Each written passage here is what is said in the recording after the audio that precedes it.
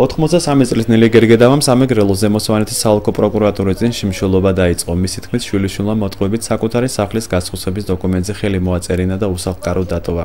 დაზარალებული ქალბატონი სამართალდამცავებისგან გამოძიებაზე დამნაშავის დასჯას მოითხოვს. რა მინდა და იმას ვითხოვ, ესენი დავაჯინო ორივე ციხეში. და რაც საჯვარი იყოს და რაც იქნება, ის უნდა მიუსაჯონ ორივე. გამოძიების დაწყებას ელოდება დაზარალებული ქალბატონის ადვოკატი თანდილა ჯოლოგუაც. მისი თქმით, საქმის გამოძიების მოთხოვნით პროკურატურა 3 თვის წინათაც მიმართეს, თუმცა სამართალდამცავების მხრიდან ფაქტს რეაგირება არ მოჰყოლია.